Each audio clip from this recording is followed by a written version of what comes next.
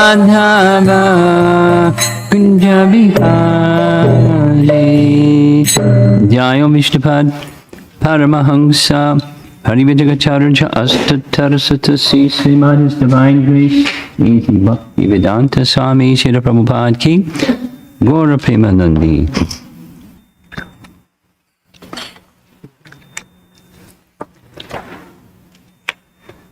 Om Namo Bhagavate Vasudevaya.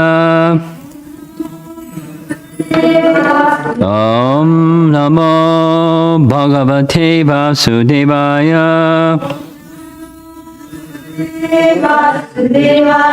Om Namo Bhagavate Vasudevaya.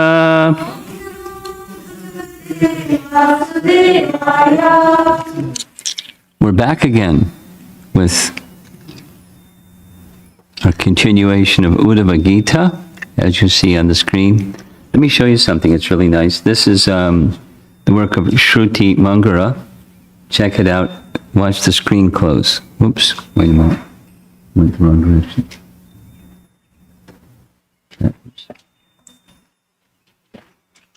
Okay, there we go. Ta-da! Canto 10, Canto 11, Chapter 10, text number 9. Just as fire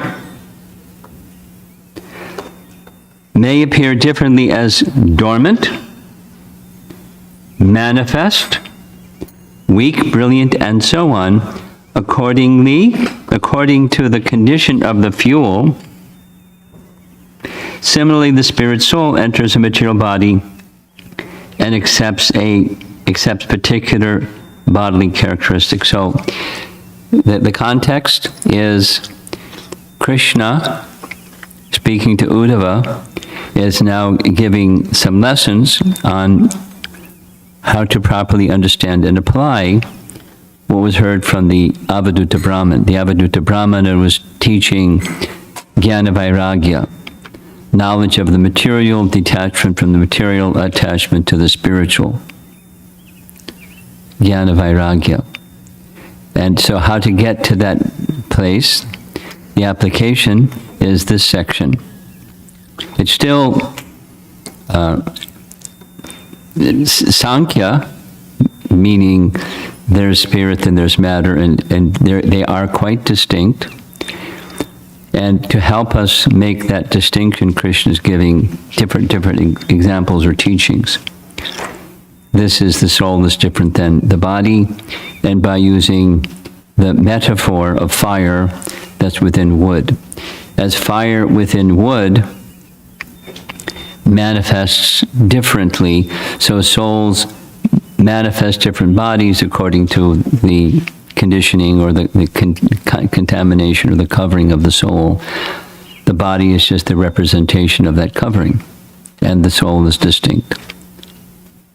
And so focus on the soul, not the covering. That's the idea here. Bhaktisiddhanta's translation of this verse. Just as fire manifested from wood takes different shapes according to the condition of the fuel, the bodied soul enters various material bodies and thus accepts varieties of bodily characteristics. So one's swadharma, one's psychophysical nature, is just a covering. And we may honor that psychophysical covering and act accordingly. And yet at the same time, we should understand we're different. And the whole system of varnashram, which is recognizing differences of coverings and duties according to the differences of coverings, the purpose isn't just do those duties. It's act in accord with nature to elevate the consciousness of the soul to realize who we are. Okay, here's the BBT purport. Although fire may appear and disappear within a particular object, the element fire always exists. Similarly, the eternal soul appears within a suitable body and then disappears from that body, but the soul always exists. Just as fire is different from its fuel, the soul is different from the body. A match makes a tiny fire, whereas the explosion of a huge gasoline tank will send flames shooting up into the sky. But still, fire is one. Similarly, one spirit soul may appear in the body of Brahma and another in the body of an ant. We're going to see a picture of Brahma and an ant. It's a good one. But the spirit soul is qualitatively the same in every body. Because of ignorance, we impose the bodily characteristics upon the soul. And thus we say that a particular person is American, Russian, Chinese, African, or Mexican, or that he is old or young. Although such designations certainly apply to the body, they do not apply to the spirit soul, which is described here as para, or a transcendental entity. It's Bhagavad Gita 201. Krishna speaking 101 in Bhagavad Gita. And to Uddhava, it's 201. It's the same. It doesn't change.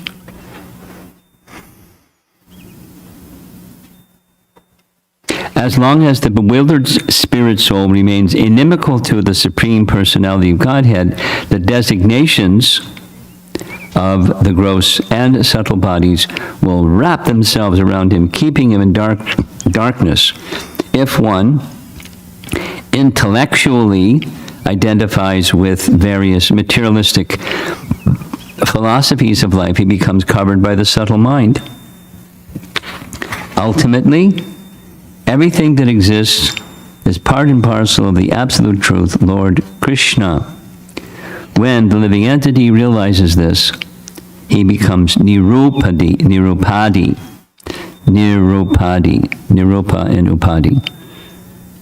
Upadi designation, nirupa, rupa, nirupa, without the covering of some designation, liberated state, or free from material designations. This is his constitutional position.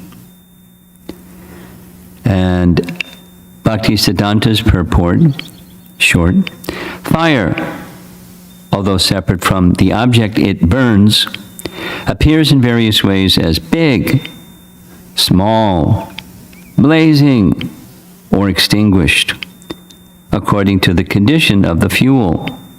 In the same way, the spirit soul, being averse to the Supreme Lord, identifies himself with his gross and subtle bodies, although he is distinct from them and eternal. So the operative principle is how you regard Krishna, and that's going to determine whether you're covered or not covered, and the type of covering, and it has everything to do with how you regard Krishna.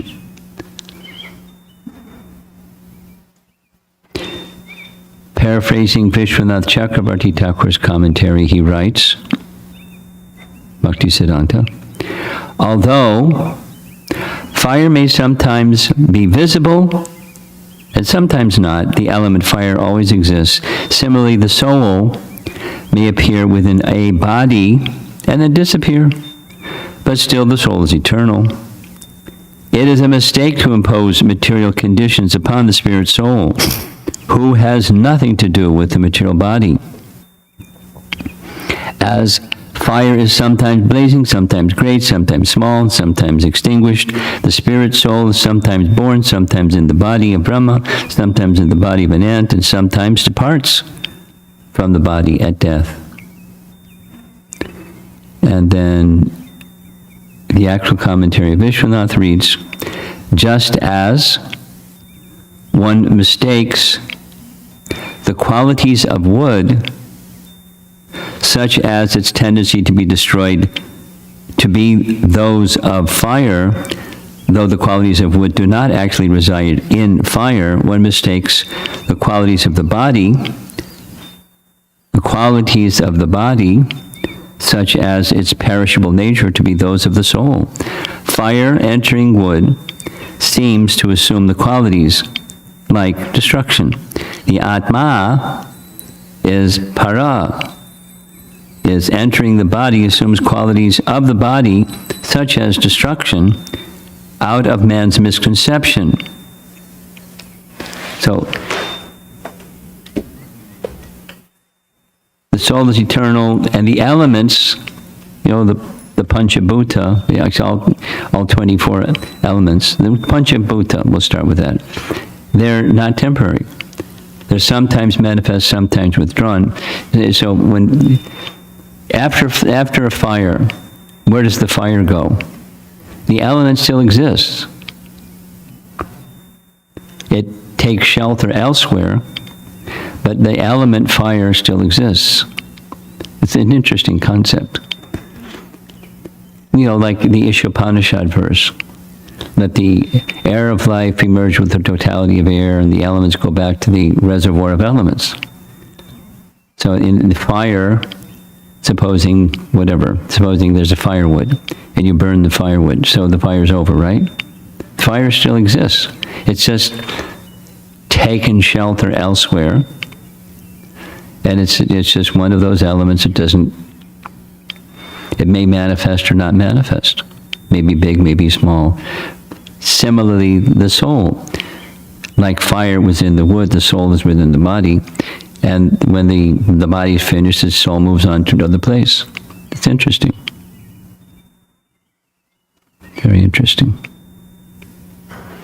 The philosophy, it's a technical term, but it's pretty simple.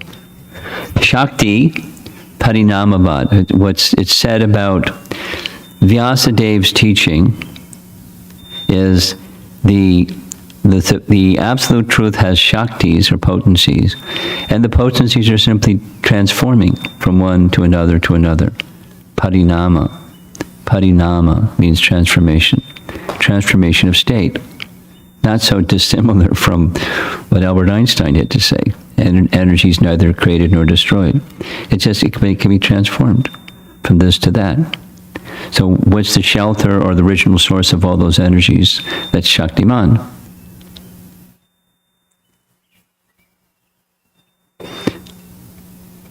The Atma, para, entering the body assumes qualities of the body, such as destruction, out of man's misconception.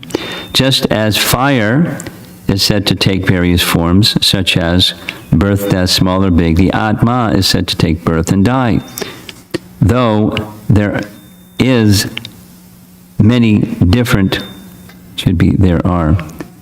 although there are many different jivas, one jiva, such as the Devata, attains variety by accepting various types of bodies, one after another, or simultaneously. I don't know what that sentence means. Though there are many different jivas, one jiva, such as a devata, attains variety by accepting various types of bodies, one after another, or simultaneously. I don't know the or simultaneously, so don't ask me what does that mean. Okay, so we can go to our screen and see some nice images. Just as fire may appear differently as dormant, manifest, weak, brilliant, and so on, according to the condition of the fuel, similarly the spirit soul enters one material body and accepts particular bodily characteristics. Next, here's the ant in Brahma. Just as fire is different from its fuel, fire is different from its fuel. The soul, so fire is stored within the fuel, but it's different from the fuel. It's different from the fuel. The soul is different from the body. A match makes a tiny fire, whereas the explosion of a huge gasoline tank will send flames shooting up into the sky, but still fire is one. Similarly, one spirit soul may appear in the body of Brahma and another in the body of an ant. But the spirit soul is qualitatively the same in every body, or in everybody. Interesting. And here's another nice graphic. As long as the bewildered spirit soul remains inimical to the Supreme Personality of Godhead, the designations of the gross and subtle bodies will wrap themselves around him, keeping him in darkness. Now, I don't know where she comes up with these drawings, but good.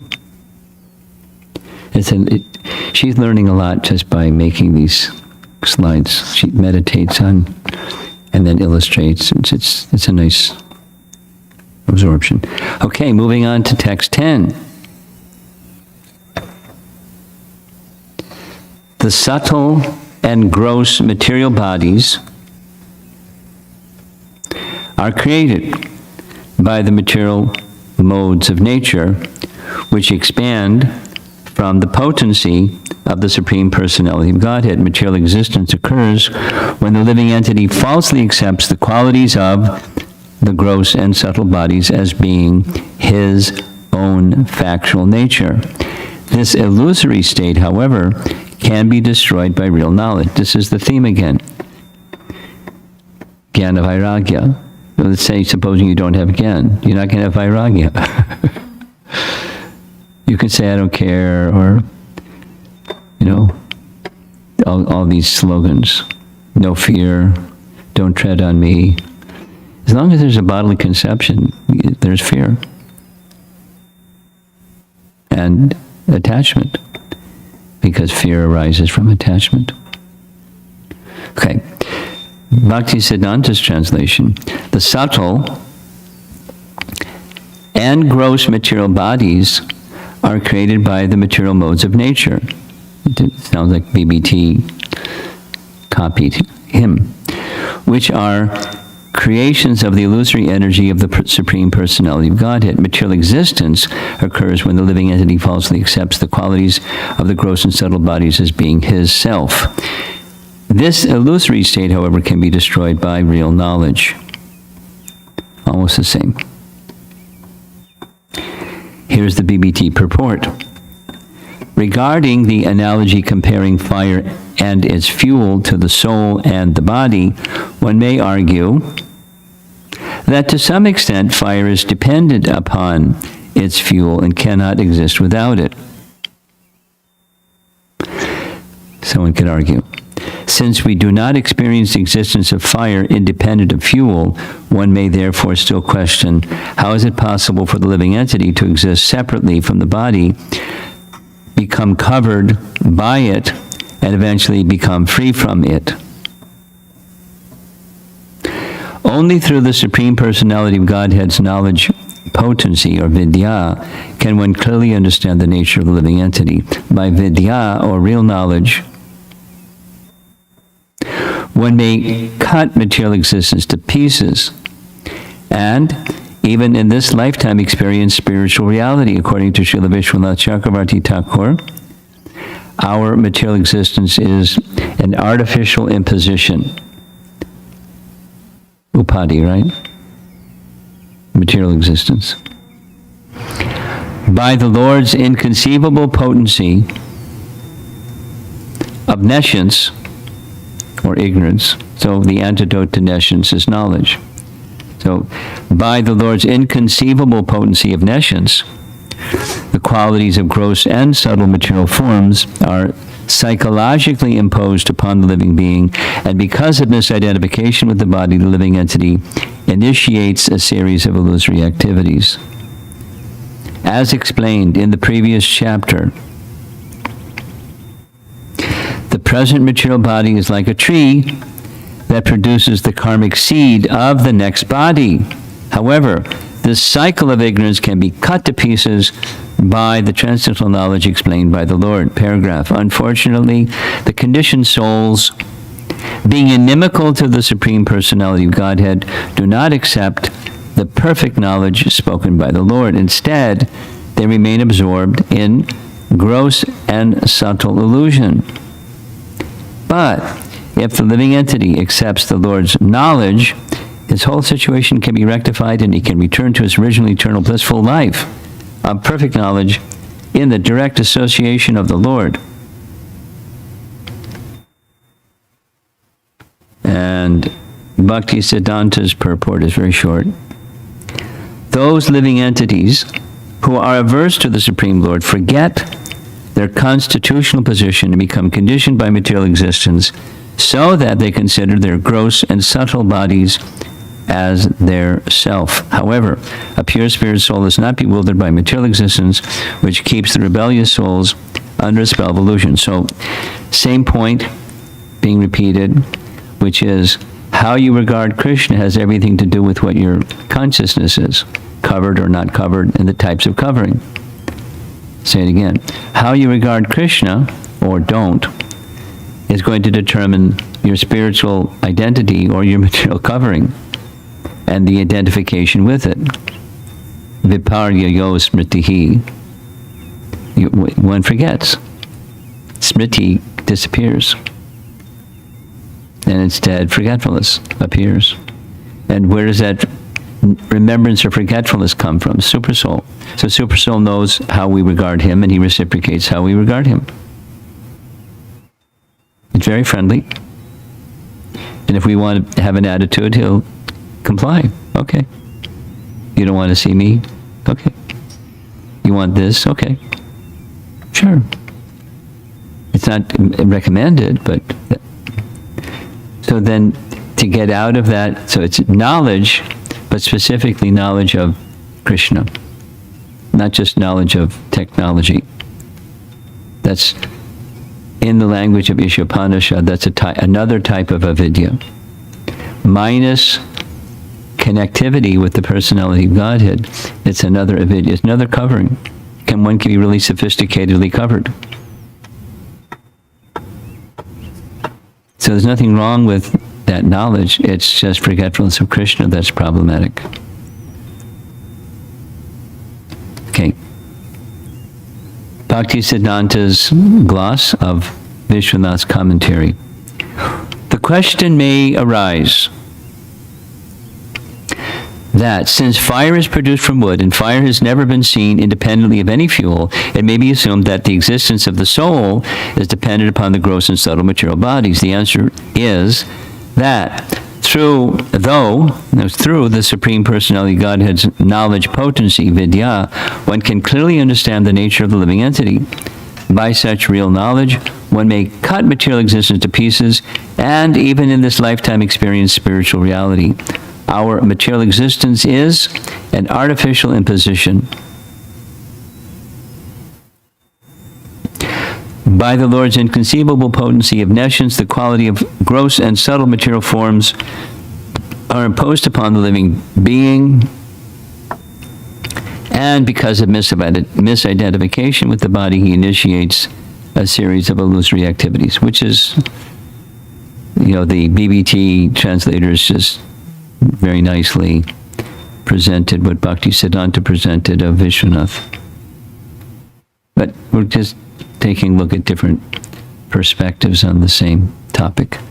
Final paragraph. When, by the mercy of the Lord, the conditioned souls are free from the material conception of life, having revived their original consciousness, they become free from material bondage. And here is Vishwanath's actual commentary. Quote, it's a question. Fire takes on the qualities of wood by contact with wood. How does the Atma have a relation with the body and its qualities when it does not mix with them? How does one destroy that relationship? Question mark. Answer. The subtle body and the gross body are made of Maya's gunas, which are dependent on the Lord, Purushasya. The cycle of birth and death, samsara of the jiva, means bondage to those bodies, though they do not have a relationship. The bodies are imposed on the jiva. The imposition of the body on the jiva takes place by the inconceivable Shakti called avidya, or ignorance. Complete bondage, nibbandha, occurs.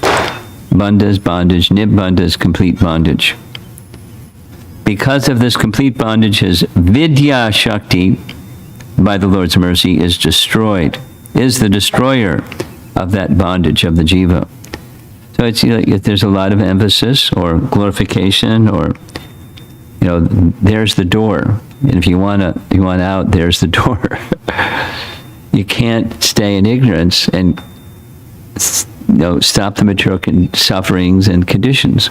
It doesn't matter how smart, how good, how austere, how this and that and the other. You won't get out. You can rise and fall, but you can't get out. Okay, so now here comes the curtain opening again. Here's text 10, and I didn't go through and make the letters bigger.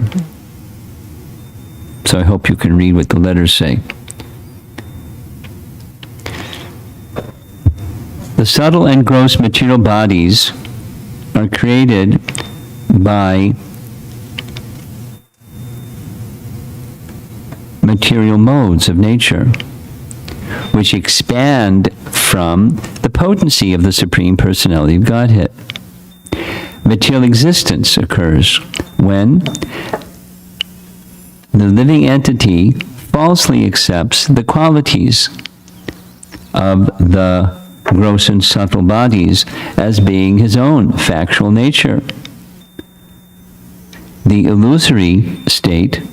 illusory state, however, can be destroyed by real knowledge.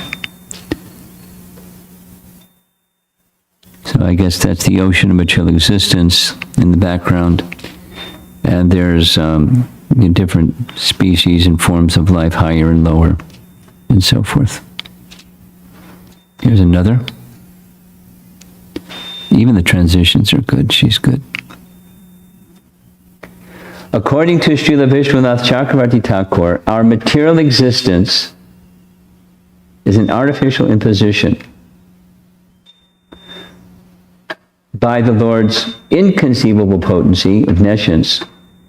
The qualities of gross and subtle material forms are psychologically imposed upon the living being, and because of misidentification with the body, the living entity, what's that word? Initiates a series of illusory activities. As explained in the previous chapter, the present material body is like a tree. So there's the tree image that produces the karma seed of the next body. We heard that in the previous chapter. It was one of the gurus of the Avadhuta Brahman, was the tree and the seed of the tree. Because the seeds of the tree are produced from the tree, and it produces the next tree.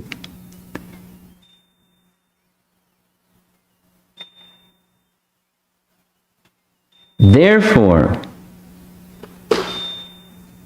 another nice image. Therefore, by the cultivation of knowledge, one should approach the Supreme Personality of Godhead situated within oneself. By understanding the Lord,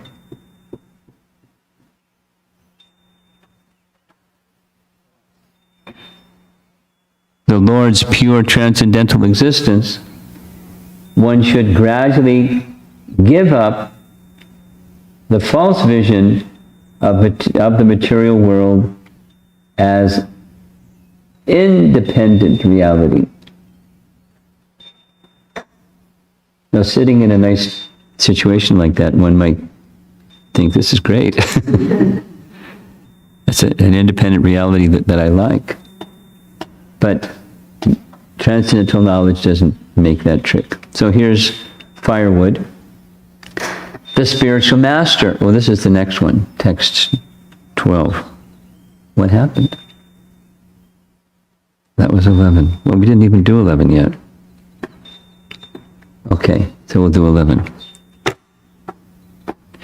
Therefore, by the cultivation of knowledge, one should approach the Supreme Personality of Godhead, situated within oneself by understanding the Lord's pure, transcendental existence. One should gradually give up the false vision of the material world as independent reality. That's the image on the screen. Bhaktisiddhanta's translation, short. Therefore, after careful consideration, one should approach the Supreme Personality of Godhead, who is the cause and effect of everything, while renouncing the false conception that this world is an independent reality. You know, the independent reality idea, does that ring any bells as far as the Chatur Shloki verses of the Bhagavatam is concerned? One of the 4 essential verses of the whole Srimad Bhagavatam says this, and it says, seeing something that has value, that's the language used in that verse, or an existence independent, value or existence independent of its source, Krishna. Know that vision, that's the illusory energy. So the illusory energy is, we are hearing, imposed upon the jiva. The illusory energy is imposed upon the jiva because of a bad attitude toward Krishna. So, okay, you don't have to see Krishna. Here's the illusory energy imposed upon you. And the illusory energy says, oh, there's something of value. Or here's something of substance. Here's meaningfulness. Here's a purpose of life. Here's an enjoyable object. Or, anything that's existing separate from the Supreme, that's the illusory potency. That's what this is saying. That it has some independent reality. That's the illusory energy, Maya. The BBT purport for this verse, the word yatha kramam, step by step, means that after first realizing oneself to be different from the gross material body, one should then progressively detach oneself from the material mental activities. In this verse, etad vastu buddhim, vastu buddhim, means seeing the material world as existing independently rather than correctly seeing all things as emanations of the absolute truth. Paragraph. When one correctly identifies oneself as eternal spiritual form, one achieves the real fruit of knowledge. The Lord is eternally manifest in his eternal form, and the living entity is similarly manifest in his eternal form as the loving servitor of the Lord. When we falsely assume that temporary illusory material objects are real, knowledge of our eternal spiritual form is covered by ignorance. If, however, one meditates upon the Lord's supreme presence within everything, one can return to the normal blissful state of spiritual life. Every human being should seriously endeavor to understand the absolute truth that indicates, as indicated in this verse, by the word jigyasaya. I'm just reading this reminded of what yesterday evening, Lord Shiva said to Sati. The reason I didn't stand to offer respect, one of the reasons, to Daksha when he came into the assembly, is I'm always meditating upon Lord Vasudeva, who's in the heart of everyone. So some persons who identify in terms of the body, they offer respect appropriate for higher peer or subordinate persons in different ways.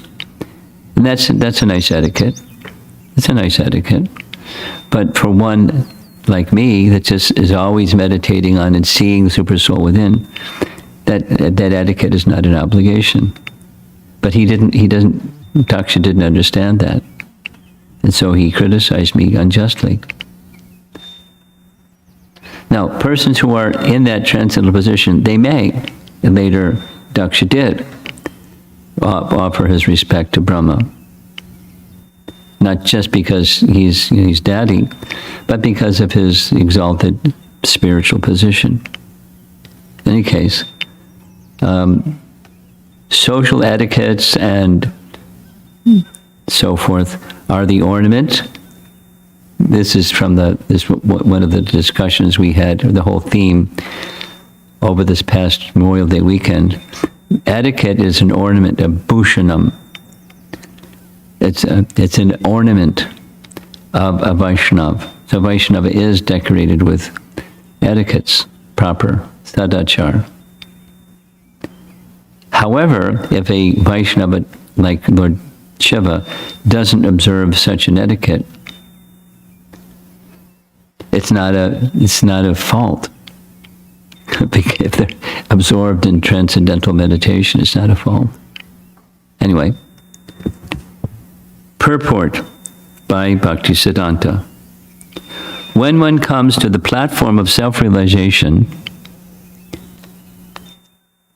next, he should inquire about his duty and then dedicate himself to the service of the Supreme Lord. While engaging in devotional service, one should remain detached from thoughts of enjoying the objects of the senses, which are all creation of Maya. This is one of the things that happens. The forgetfulness of the devotee is, what should I do?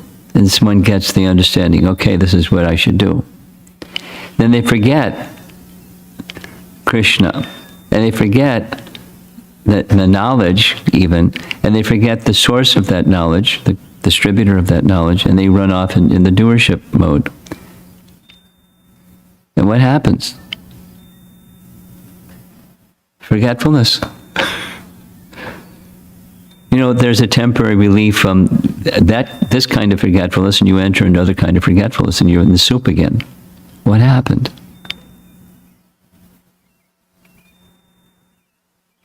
It goes on over and over.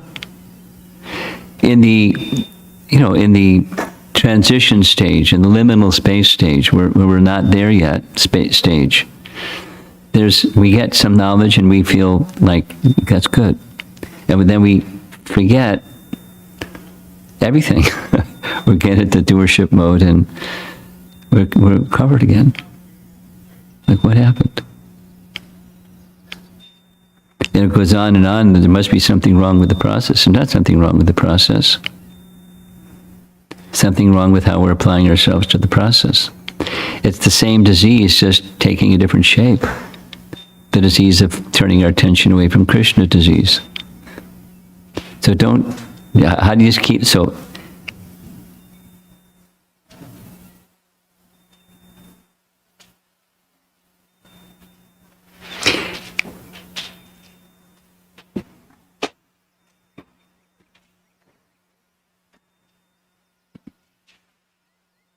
while engaging in devotional service, one should remain detached from thoughts of enjoying the objects of the senses, which are all creations of Maya. The independent enjoyment mood, that's our disease. It's what brings us here, which keeps us here. Very stubborn. We want to enjoy, nothing wrong with, but in what way? How to apply that I want to enjoy quality that's of the soul, and enjoy in relation to Krishna. That's the solution. Well, I'm a conditioned soul. I like to enjoy, and so it doesn't work out. It is only due to a lack of inquisitiveness that a foolish person fails to attain knowledge of the absolute truth. Vishwanath's commentary, paraphrased by Bhaktisiddhanta. The spirit soul is covered by gross and subtle bodies.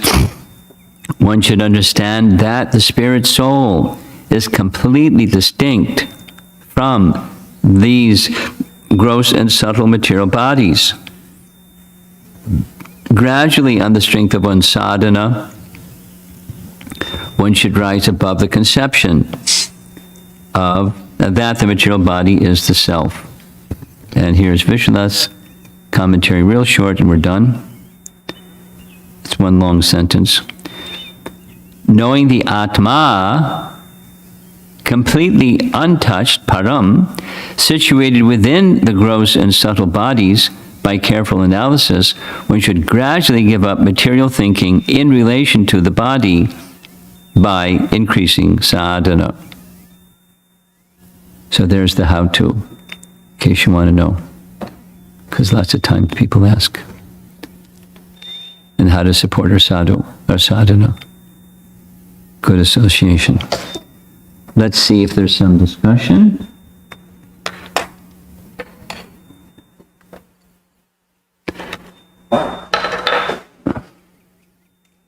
Quarter after. We'll go online. Sachisuta Prabhu's question. Is the next body immediately available for the soul at the time of death? If that's the case, when the soul takes the new body, how is the soul experiencing heaven or hell for its activities with the new body, which may be in a different location? The answer is yes, and the answer is through the senses. How do we know where we are right now? One acquires a set of senses. It's right in Bhagavad Gita, built around the mind. The mind goes, and then senses are, affixed or assigned to or awarded to the soul and the mind, and through the senses we know where we are, heaven or hell. If you don't have senses, what are you going to do? So you get a body with senses. Next. That's it. Anything here?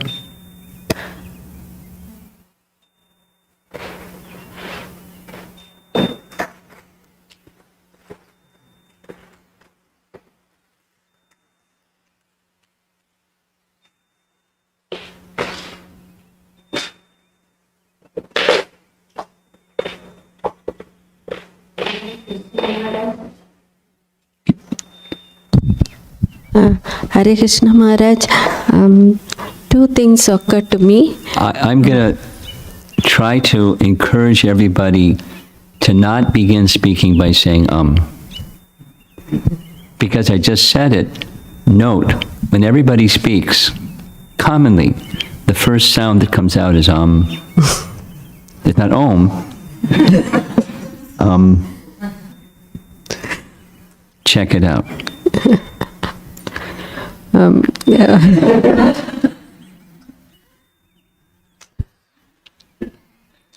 I got into it with Radha,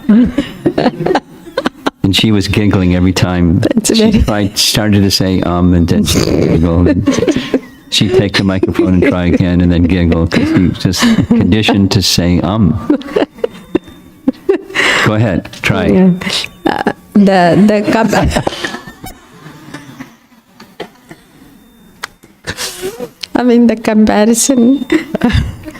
comparison of the fuel existing without any connection with the body as it is. The fuel, the fire existing without. The which? The fire existing. The fire. Existing without any connection with the fuel. Same thing, same comparison is made that just as the sky exists everywhere, the soul exists in the body also without any attachment to the body. and the sky doesn't mix with anything in the whole universe. Like that, the soul doesn't mix with the body also. I mean, I just thought the two are similar when we were going through that one. Yes, they are similar. Yes. And then the one question I had was... The air of life merged with the totality of air. Yeah, yeah. So it's not that it goes out of existence. Yeah. Yeah. Okay. Then the fire that Sati Devi, she burned her, immolates herself. Yes. Is that same fire that Dhritarashtra through Ashtanga Yoga? Yeah. Also, it's the Exactly. same. It's the same. Exactly. thing, yeah. And you know, most people don't know how to do it, but they did. So it is accessing the fire within our body. Is it? Yeah, it's something like that. There's fire within, and you can, if somehow that when that becomes concentrated, the body burns. Okay. Vedavati did the same, Okay. right? Okay. Same. Yeah. So, you know, commonly people don't go to yoga classes to learn how to burst their body with fire. But some people know how to do that. It's the fire within the body that's stored there. Okay. Okay? Thank you, Maharaj. Hare Krishna.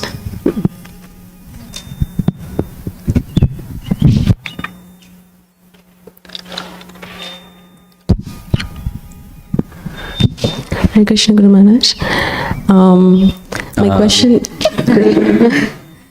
My question is regarding the impression slide that you shared, and then the Regarding the impressions that we carry. impressions, okay. And so I was thinking, like, since time immemorial, we are carrying impressions of our own, our psychophysical nature, as well as will be daughter or son or a child or a kid, like, you know, in any body I may be in previous lives, I'll be carrying or maybe inheriting the impression from my parents as well. Yes. So it feels sometimes very victims. demotivating. It's like, you know, so much endeavor we have to do to, you know, wipe out this. I mean, how do we? Well, knowledge and detachment, and then bhakti, and then that place, the file cabinet that stores all those impressions dissolves. The impressions and the file cabinet, that's the mind. It dissolves. So it's cleansed by detachment. So supposing you don't detach, you're scripted. That's the prison. Like it or not, you're in prison. How to get in prison? How to get out of prison? It has everything to do with attitude towards the personality of Godhead, and that brings us to the prison.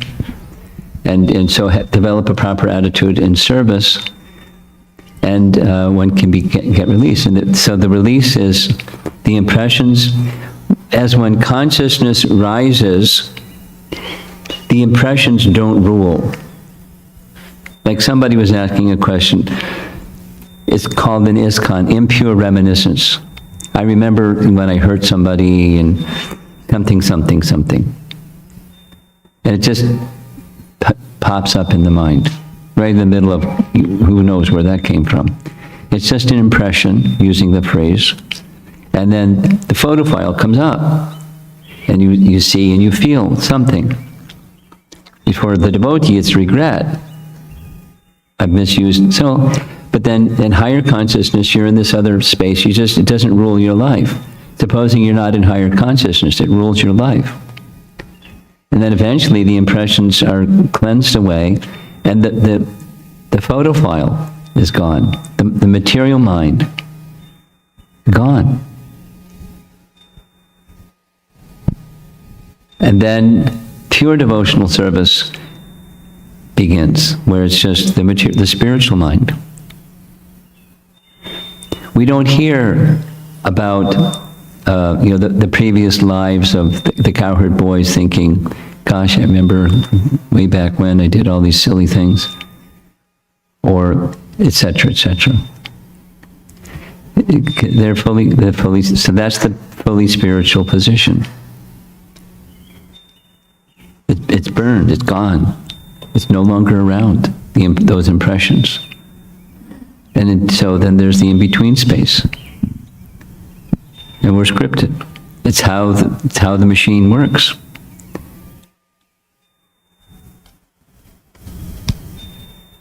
Very subtle machine. We can't get out on our own. It's not just by being a good person, and the impression program stops. We're making choices as impressions come, like the Ajamila example. He saw, and there was an impression. He couldn't get rid of the impression.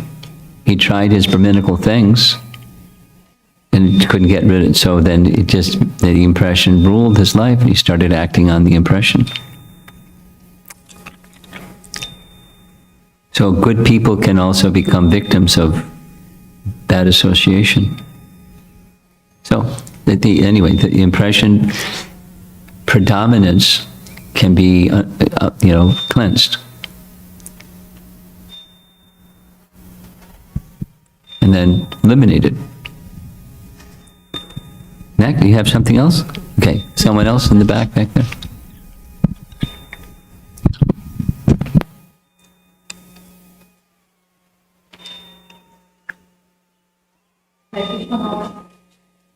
Button. Hare Krishna Maharaj.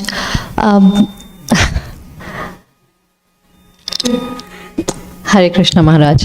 We talk. Don't mind me, I'm just a pest.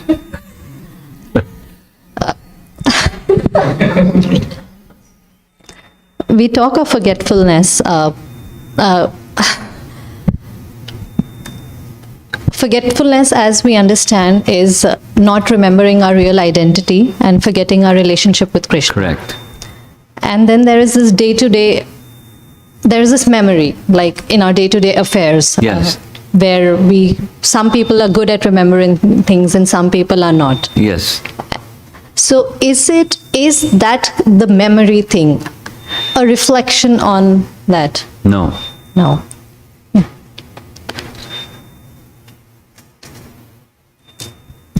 It has to do with the modes of nature and endowments that come from Super Soul, material endowments that come from Super Soul. Some people can sing. Some people can't sing for anything. And they sit in the front row and they're really loud, usually. But,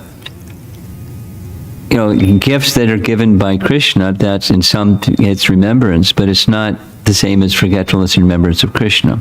That's fundamental, primordial of the soul. It's not something material that comes and it goes. Okay? Thank you, Maharaj. That was very helpful. Okay. Something else in the back there? No?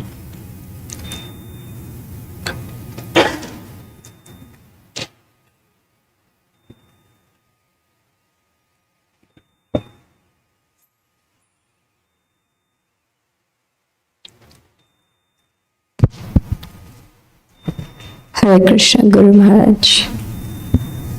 I just want to understand the statement that this independent enjoyment, independent enjoyment mood is our disease. So the enjoyment is not, it's for the soul. So Independent is the key word. So the enjoyment that we get from serving Krishna, That's fine. that is acceptable. Not only acceptable, it's who we are. And that we receive through doing sadhana practice and good Yeah, association. we revive it through practicing serving. And practicing serving cleanses and awakens. And it's not easy to the cleansing because we're conditioned or prone to the independent type, even as we're doing sadhana. That's the...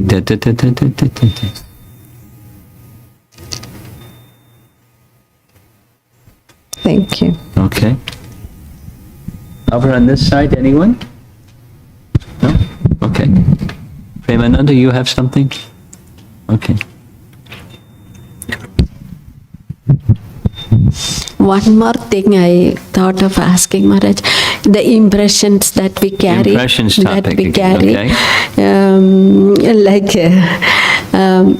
We go on thinking our children are our children even when they are become adults.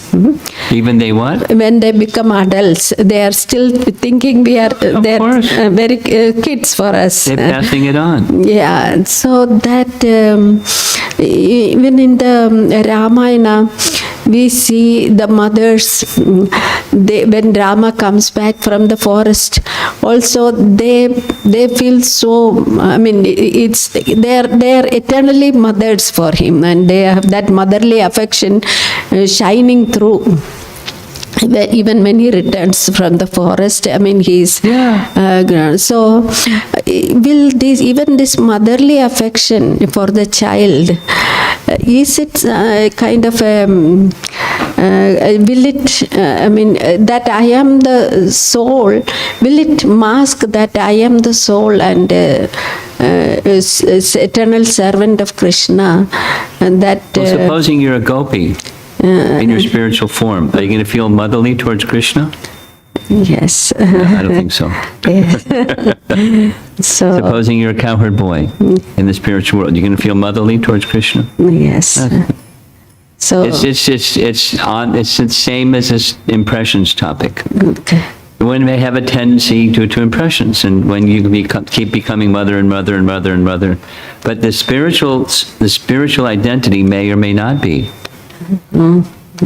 It's not determined by your material impressions and affinities according to those material impressions. Okay. Okay? Okay. Thank you, Maharaj. Online something? Okay.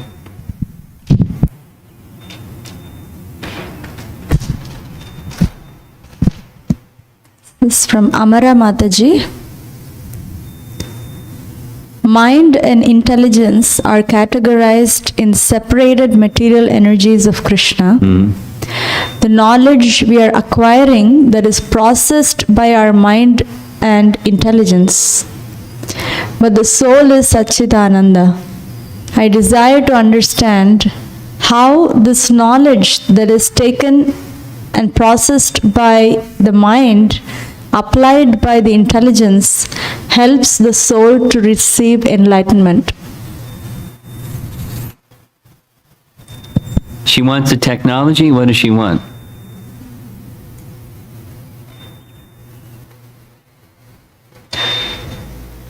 I don't know. You don't know. So I'd like to be responsive to her question, but I'm not sure what she's... I could say something, but I'd like to send in another clarification text, Amara, so we know what you want.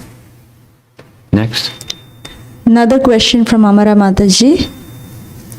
I wanted to understand that if Krishna gives according to our inclinations, but psychophysical nature is external, then how does the forgetfulness, how the forgetfulness comes even when we desire and pray to always remember Him?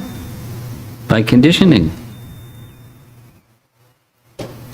We're desiring and praying, and we're heavily conditioned. Like, it's cloudy today. The sun is shining, but it's cloudy today. So the sun doesn't shine through fully. But it's partly sunny. And yesterday was rainy. So, our conditioning is what prevents us from fulfilling what your nice prayer says. This is from Snehavalli Mataji. You mentioned that the soul gets the next body right after death. I heard that the soul undergoes training about the characteristics of the next body. For example, like Indra, when took the body of the pig, he behaved like the pig. So how can we understand this? There's no contradiction. That's how we can understand it. That example of Indra getting the body of a pig is not, that specific example is not there, but Bhagavad Gita chapter 13, text 21 explains, when you get the body of a demigod, you behave like a demigod. When you get the body of a dog, you behave like a dog. You wag your tail and bark and chew on bones. When you get a dog, you don't have to go to school to learn those things. When you get the body, you behave according to the body. Ducks quack. They don't have to go to duck school. Get trained up how to quack. This morning, the birds were singing very nicely. They didn't go to singing school. They just, so, you know, the conception that you just presented, that there's some period of training before you do something, I'm unfamiliar with that period of training before you do something. You get the body and you behave according to the body. The covering is there, the ignorance is there, the knowledge is there, whatever it is, according to the body, and you behave. This is from Hema Mataji from India. When the soul leaves the body and gets the next body, but if I'm continuously remembering and missing, oh, okay. So when the soul left the body and gets the other body, but if I am continuously remembering and missing that person who left, is my grief going to bother that person? No. There's a group of devotees in India, their mother died and they're struggling.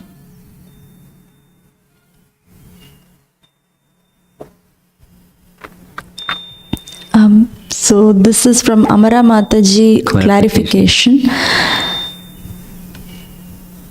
I seek understanding on how this connection of spirit soul and material mind and intelligence maintained, and the soul receives enlightenment through the material sources.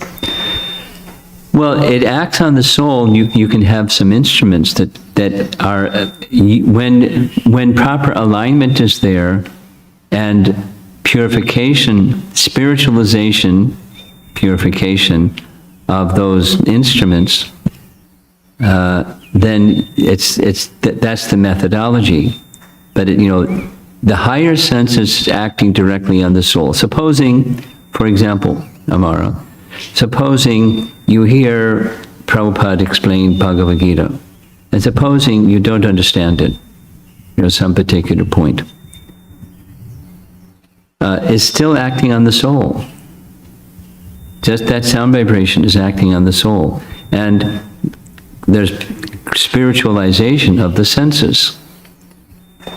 The ear, the mind, which is one of the senses, and trying to understand the intelligence, exactly what Krishna says, one is worshiping him with his intelligence by studying the sacred conversation.